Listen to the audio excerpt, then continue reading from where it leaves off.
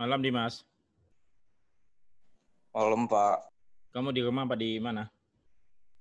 Baru pulang ya Pak, baru kelar mandi. Oh, sama Adit juga tadi baru pulang ya?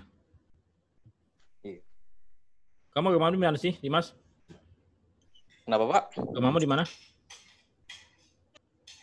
Di Jakpus, di dekat kampus. Kampus Ngekos itu. gitu. Oke, kalau Debbie rumahnya di mana, Deb? Saya di BSD, Pak. Di mana? BSD. BSD kantornya di mana? Di Senen? Iya. Lumayan ya. Perjuangan terus ya, tapi untuk saat ini nggak ada ganjil genap ya? Iya, benar, Pak. Kamu sudah berapa lama, Debbie, di sana? Saya dari tahun 2009. Wah, lumayan juga ya. 11 tahun ya? Iya. Kurang lebih ya, 11 tahun. Waduh, berarti kamu cukup setia juga ya? Halus kok pindah-pindah. Dari belum nikah sampai menikah sampai punya anak ya? Betul, Pak. Jadi anaknya namanya Jaya. Sakti, Pak, namanya. Sakti. Oke, kemudian siapa? Calvin masih Calvin ya? Masih, Pak. Masih ya? Masih. Iya, dia juga cukup lama ya dari sana. Saya kenal Calvin dari di Raksa Pratikara. Oh. Dari Raksa Iya. pindah ke IBS, habis itu ke sana, ke tempatnya Pak Rudi. Dari tahun 2008 kalau nggak salah. Ya. Ada posisi lowongan nggak situ, Deb?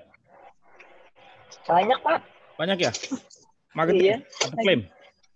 Lagi cari yang reas sih, Pak. Oh, reas. Enggak, ini buat pemula, buat baru lulus, sudah 2 tahun 3 tahun tapi bukan di asuransi, dia mau pindah ke asuransi.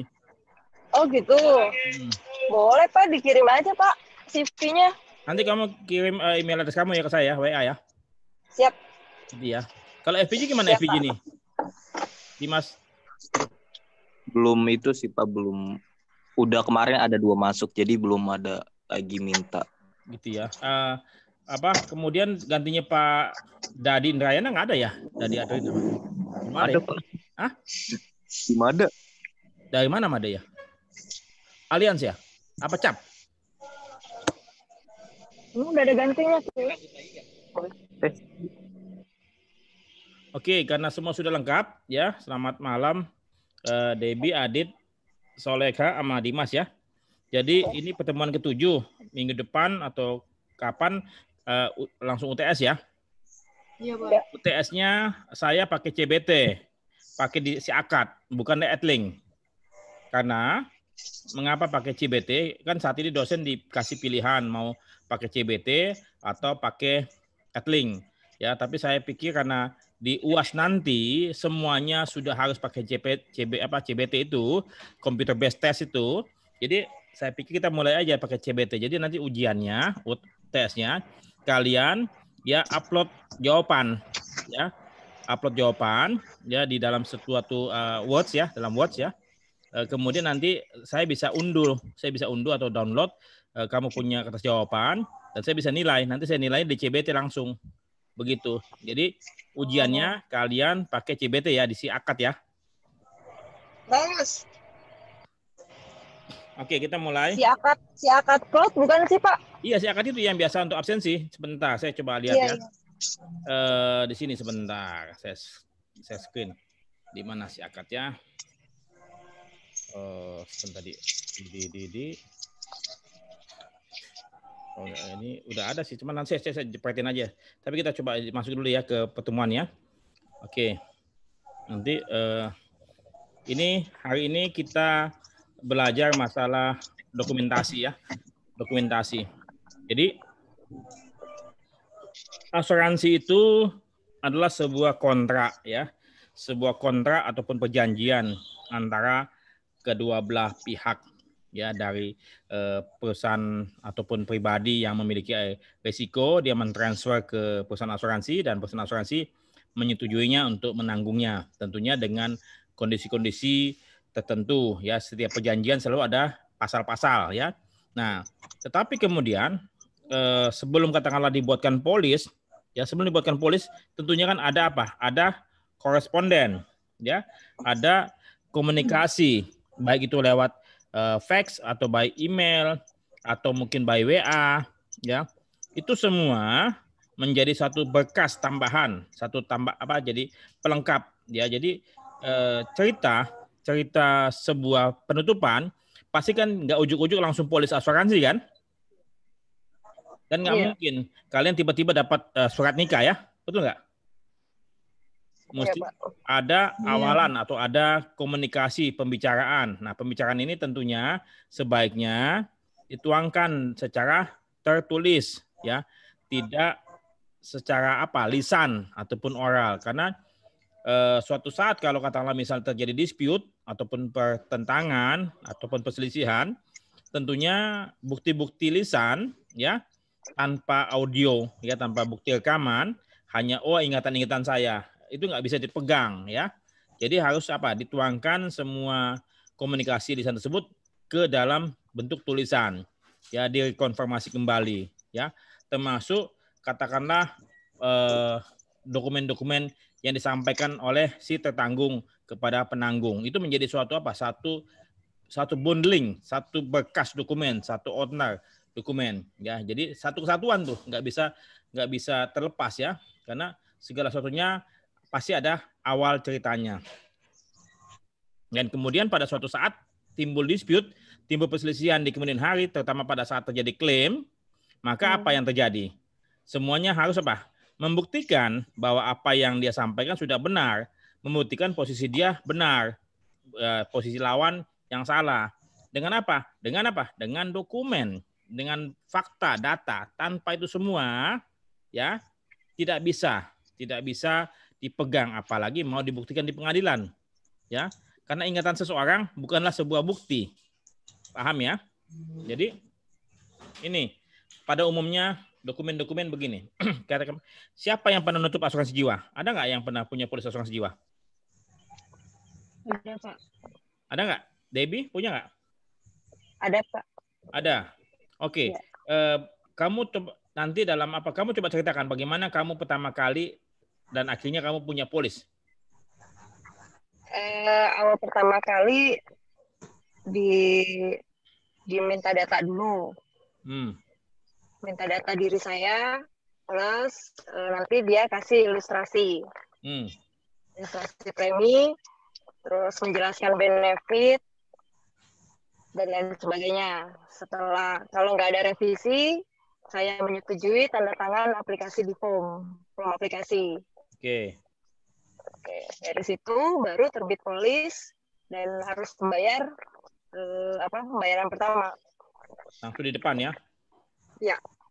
Oke, jadi awalannya pasti tentunya si penjual ataupun agen ataupun pemasar biasanya dia kasih presentasi, ya, presentasi produk yang dia mau tawarkan, ya. Tapi sebetulnya itu suatu hal yang keliru.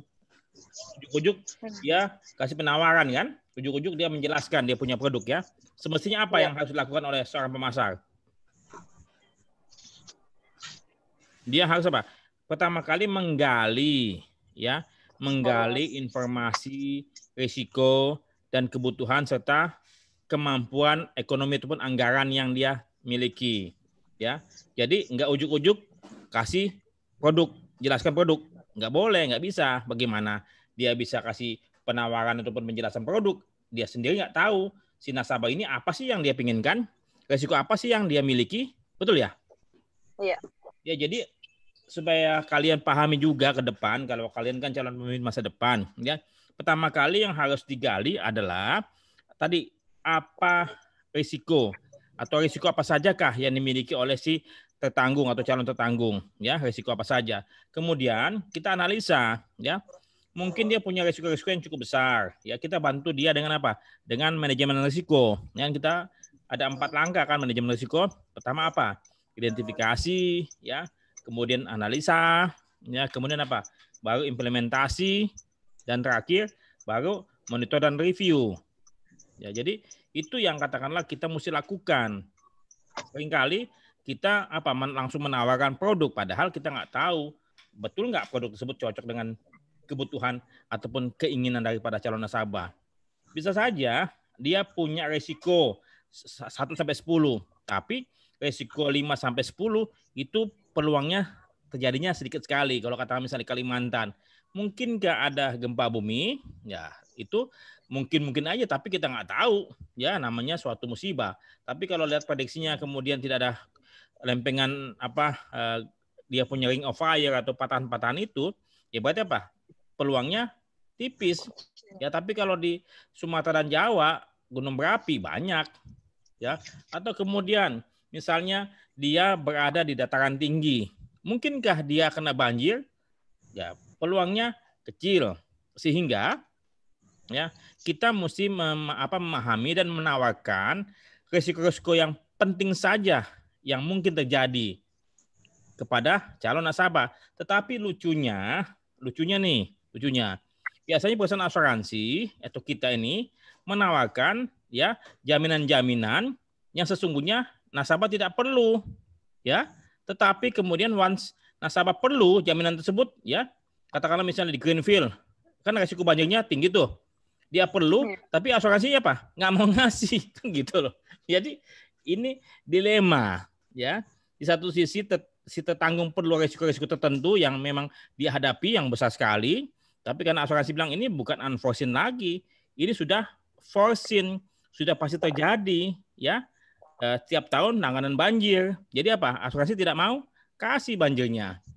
Jadi begitu posisinya. Jadi intinya pertama kali kita harus mencari tahu kebutuhan calon tertanggung. Nah, dari sini biasanya ada apa? Ada dokumentasi tertentu yang kita mintakan. Misalnya, oke, Bapak tinggal di mana? Bisa nggak Bapak isi tinggal di sini alamatnya segala macam. Kemudian minta lihat KTP-nya. Kemudian Bapak punya istri usia berapa? Anak berapa? Kan biasa gitu ya, kita coba lihat daripada risiko diri dan keluarganya.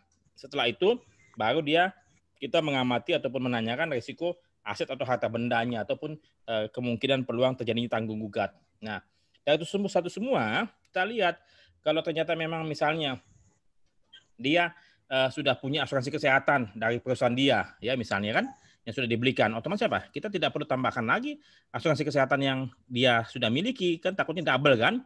Kadang-kadang kita ini suka maksa, masih perlu Pak, Bapak kan bisa pakai tambahan fasilitas kamarnya yang lebih tinggi, Bapak bisa double gitu loh. Jadi saya pikir seringkali kita nih perusahaan asuransi terlampau memaksa, terlampau melihat sudut kepentingan kita saja tanpa melihat sudutnya nasabah. Ya, jadi kembali lagi tadi si Debbie dapat Dapat ilustrasi, dapat suatu penjelasan. Tapi tentunya itu dari sudutnya si penjual. Mestinya di awalnya ya kita mesti gali dulu. Kita gali dulu semua informasi. Setelah itu, oke, barulah kita sebagai pemasar memilihkan. Oh, berarti Bapak punya risiko ini 1, 2, 3, 4, 5 ya untuk risiko diri dan risiko aset 1, 2, 3, 4, 5. Nah, menurut kami ada beberapa program asuransi ya. Misalnya kata untuk diri, kita punya asuransi program misalnya dia punya jiwa, dia jualan asuransi jiwa ya. Kalau kata misalnya anak-anak masih kecil-kecil berarti apa? Dia punya UP-nya mesti cukup besar. Ya, kemudian apalagi asuransi kesehatan kalau Bapak sudah punya nggak usah diambil. Jadi Bapak cukup jiwa saja ya. Kecelakaan diri ada nggak? Kalau misalnya ternyata nggak ada bisa tambahkan di situ kan di asuransi jiwanya kan ditempel ya. Jadi kalau ada meninggal akibat kecelakaan tambah besar ataupun dia kecelakaan dia dapat santunan cacat ya. Tuh. Nah, kemudian asetnya juga sama. Nah, dari situ kita sudah bisa gali. Nah, kalau misalnya oke, Bapak minta UP berapa? Nah, kita pun juga menggali UP-nya juga bukan berdasarkan kemampuan membayar premi juga, tapi kebutuhan dia UP-nya. Jangan sampai nanti kita tanda petik ya memaksakan dia dengan UP yang gede supaya preminya besar, supaya komisi kita gede. Nggak boleh juga.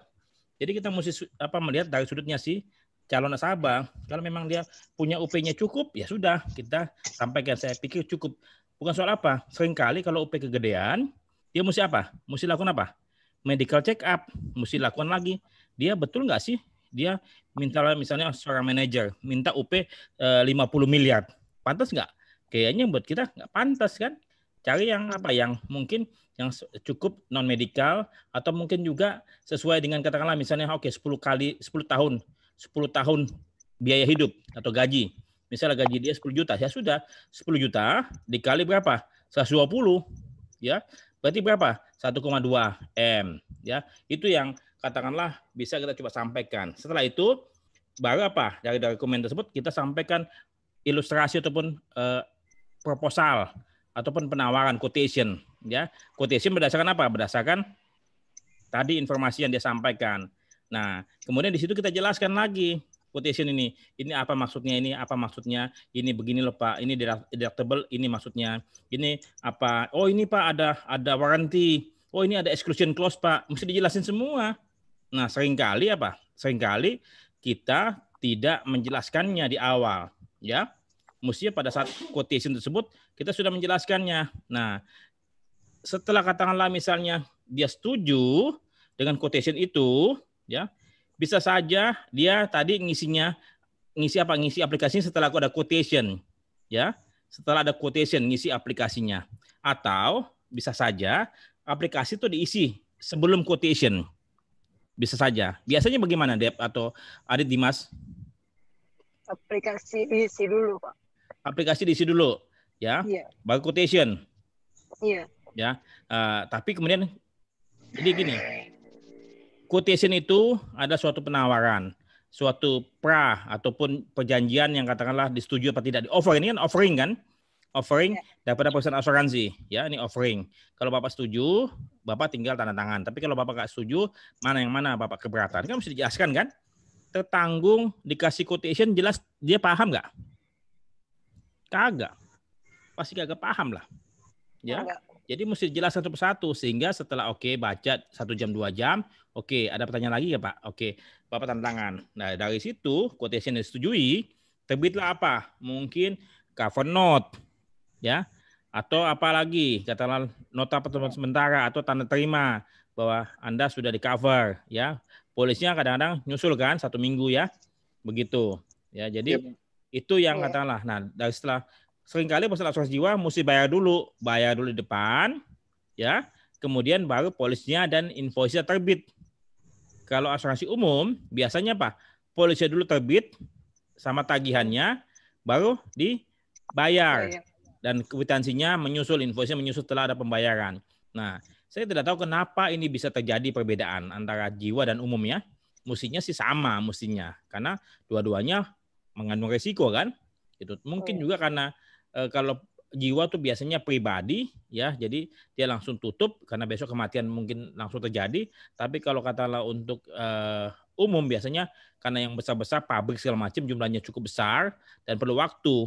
Tetapi mestinya kalau asuransi umum yang bersifat pribadi, rumah tinggal, ya, ruko ataupun apapun yang bersifat pribadi yang preminya tidak besar, mestinya apa? Mestinya bisa langsung dibayarkan seketika. Nah, setelah itu polis terbit, ada invoice, ya, ada invoice penagihan dan itu disampaikan, disimpan. Nah, setelah itu ada apa lagi? Ada endorsement kalau ada perubahan-perubahan atas kondisi polis, ya. Nah, di sini saya coba jelaskan ada ilustrasi. Jadi biasanya perusahaan asuransi jiwa itu ada namanya ilustrasi. Nah, seringkali ini menjadi suatu hal yang bisa diperdebatkan ilustrasi. Karena coba kamu cek nanti ya, tolong salah satu pertanyaan nanti buat kalian semua ya, semua anak-anakku ya, tolong tambahkan satu pertanyaan. Dalam soal yang kalian kumpulkan malam ini ya. Periksa kembali, apakah ilustrasi dalam proses penutupan asuransi jiwa itu merupakan bagian daripada kontrak atau bukan? Ya, coba cek dan itu coba cek lagi dia dasar hukumnya. Karena terus terang aja ini buat kalian pahami juga. Sepengetahuan saya ilustrasi biasanya itu angka-angka ya. Angka-angka itu hanyalah gambaran pencapaian ya di masa silam. Ya, dan tidak menunjukkan pencapaian ke masa depan. Ya, itu menurut pengetahuan saya, sehingga ilustrasi ini tidak bisa dipegang sebagai sebuah dokumen pertanggungan daripada polis. Karena ini hanya merupakan Hanya merupakan gambaran umum ataupun rangkaian prestasi di masa lalu, ya. Tapi bukan menjadi suatu garansi ataupun jaminan bahwa angka-angka yang di dalam ilustrasi tersebut ya itu ditanggung atau dijamin oleh perusahaan asuransi jiwa. Khususnya ya yang ada unsur investasinya. Karena investasi seperti kalian tahu bisa naik dan bisa turun. Ya. Nah, jadi tugas kalian coba cari ya apakah ilustrasi tersebut merupakan bagian daripada kontrak polis atau tidak. Dan dasar hukumnya apa? Kalau menurut pengetahuan saya, karena ilustrasi ini bukan merupakan suatu gambaran atau jaminan yang dijamin ataupun yang pasti tercapai, dan ini hanya merupakan gambaran di masa lalu, ya kan ada tuh pencapaian kalau ini 5% berapa, kalau 15% berapa, kan gitu loh.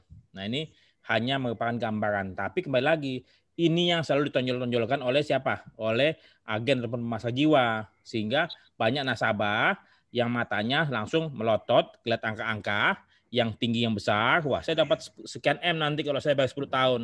Ya, nah inilah yang kadang-kadang bisa membuat mispersepsi atau terjadinya mis-selling. Ya, nah application form pasti selalu ada, baik jiwa maupun umum ya. Tetapi kemudian ya untuk umum itu biasanya biasanya dia punya dokumennya besar, jawabannya mungkin ada esainya ya.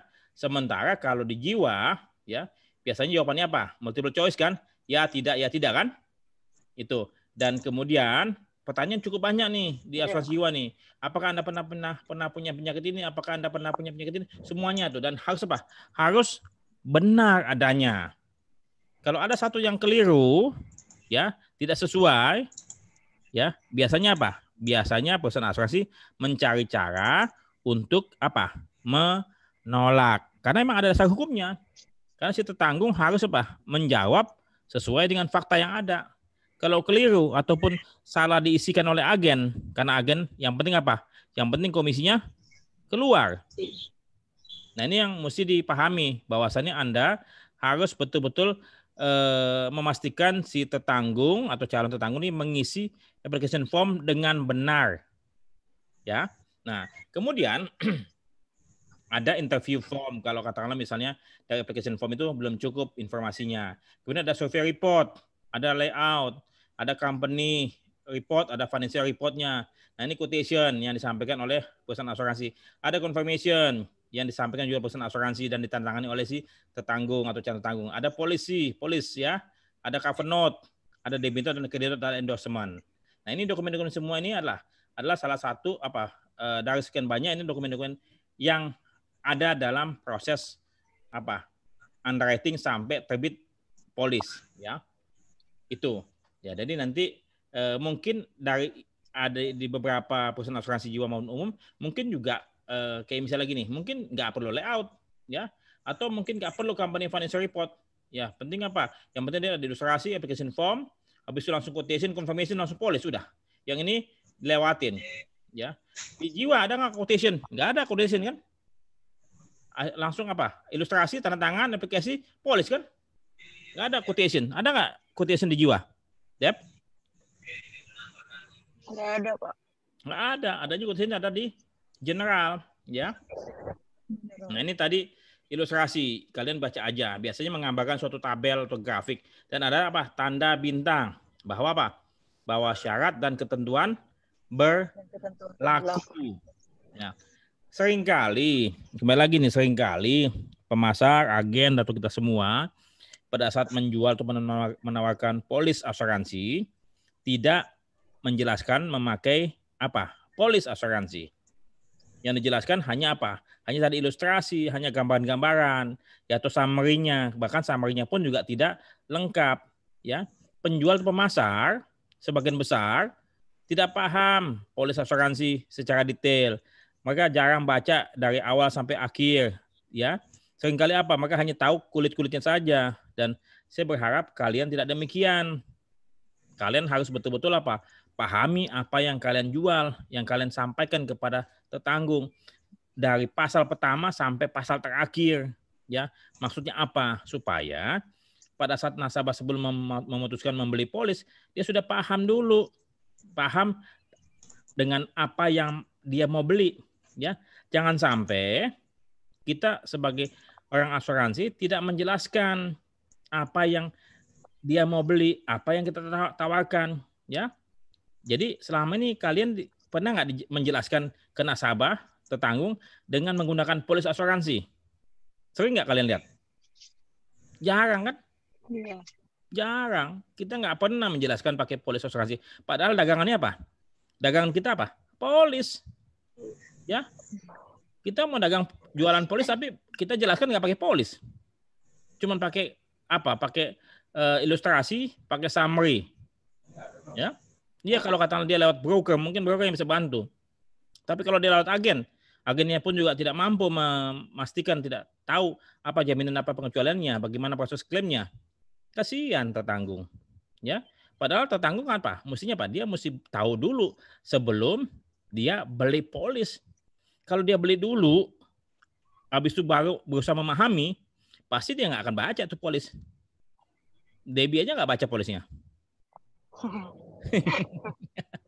Tapi keputusannya gitu kecil kan, Pak. Punya polis tapi nggak tahu apa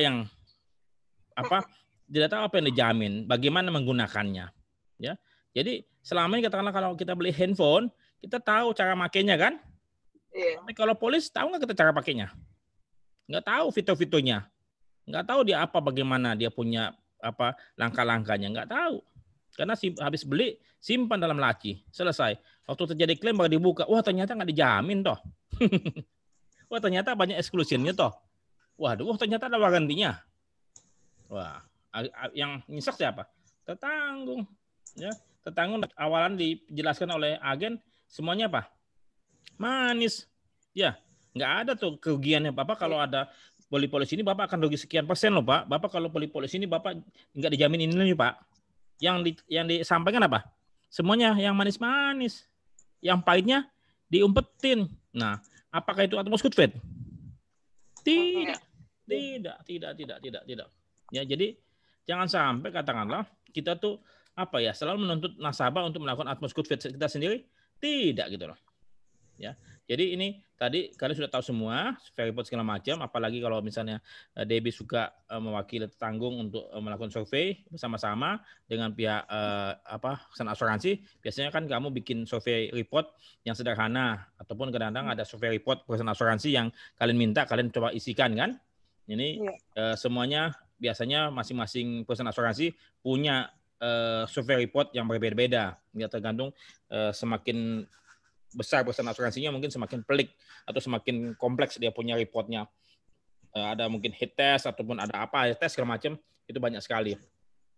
Ya, jadi company financial report kalian mesti perlu tahu juga supaya paling tidak kalian paham bagaimana mereka punya performance ke belakangnya dan bagaimana ke depan, siapa pemegang sahamnya, ya siapa dia punya partner manajemen dari mana segala macam, ya. Nah, ini ada dokumen yang biasanya memang perusahaan asuransi terbitkan. Jadi ada dokumen yang asuransi terbitkan, ada dokumen yang perusahaan asuransi mintakan dari tetanggung. Nah, jadi semua berkas-berkas ini mestinya imbang. Jadi semua berkas-berkas yang ada di perusahaan asuransi mestinya dipegang juga oleh tertanggung. Ya namanya kontrak yang selama ini kita tahu nih, kontrak sewa menyewa. Si pihak pertama pasti pegang satu kan? Pihak kedua pegang satu juga kan? Masing-masing punya dokumen yang sama kan? Iya. Ya, tapi selama ini nggak imbang. Perusahaan asuransi punya semua berkasnya, tapi si tetanggung belum tentu punya berkasnya.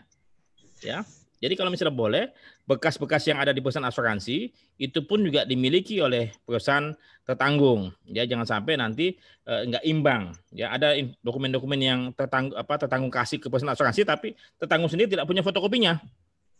Ya, jadi tetanggung waktu dia menyampaikan dokumen ke perusahaan asuransi mesti dibuatkan apa? Fotokopinya dan tanda terimanya supaya jelas si tetanggung ini pernah memberikan dokumentasi apa saja kepada perusahaan asuransi. Ya, jadi mesti perusahaan asuransi punya 10 dokumen, ya mesti tetanggung punya 10 dokumen imbang. Ya, seperti kata kalian yang sudah menikah, kalian kan punya surat nikah, suami pegang surat nikah, istri pegang surat nikah kan? Jadi masing-masing surat nikahnya isinya sama kan? Betul. Jumlah halamannya sama kan? Nggak ada yang berbeda. Yang suami punya lebih tebal karena dia punya kewajiban lebih banyak kan gitu. Kan nggak ada. Ya. Oke. Ini nggak usah Ini nggak usah nggak diabaikan aja ya. Yang kuis ini diabaikan aja ya, Neng, Mas. Iya. Oke, Pak. Ya, Nah, Pak. ini kalian tugas mandiri yang kalian harus kumpulkan hari ini sebelum jam 9 ya. Dokumentasi apa saja yang ada dalam penutupan asuransi jiwa ya. Jelaskan, sebutkan dokumentasi apa saja yang ada dalam penutupan asuransi kebakaran, satu kompleks segedung pabrik, gudang dan ruang kemudahan pendukung, lainnya dalam lokasi serta perlengkapan dan peralatannya. Jelaskan. Dikumpulkan sebelum jam 12 malam ini. Habis itu tidak ada tugas lagi. Kita ketemu lagi pada saat ujian. Ya. Dari kalian ada pertanyaan? Jadi tugasnya ada 3 ya, Pak? Tugasnya ada 3. Yang tadi, kayak ilustrasi. Sebentar. Ada 3 soal. Tadi ilustrasi soalnya, sebentar, soalnya tadi mana ya? Soalnya tadi ada 2 ya, hanya 2. Jadi sebutkan dokumentasi apa saja yang ada dalam penutupan asuransi jiwa. Ya, jadi semua itu lengkap ya. Sebutkan dokumen yang di asuransi pabrik, di bawahnya dikerjakan dan dikumpulkan sebelum jam 21 malam ini. Cuma 2 soalnya, yang satu jiwa, yang satu lagi asuransi kebakaran di gedung. Itu kalian bisa download nanti jam 19.30 sudah bisa download kok. Kalian bisa unduh. Iya, Pak. Ya, habis itu kita ketemu lagi, lihat jadwal ujiannya ya. Jadi ujiannya pakai CBT ya. Siapa?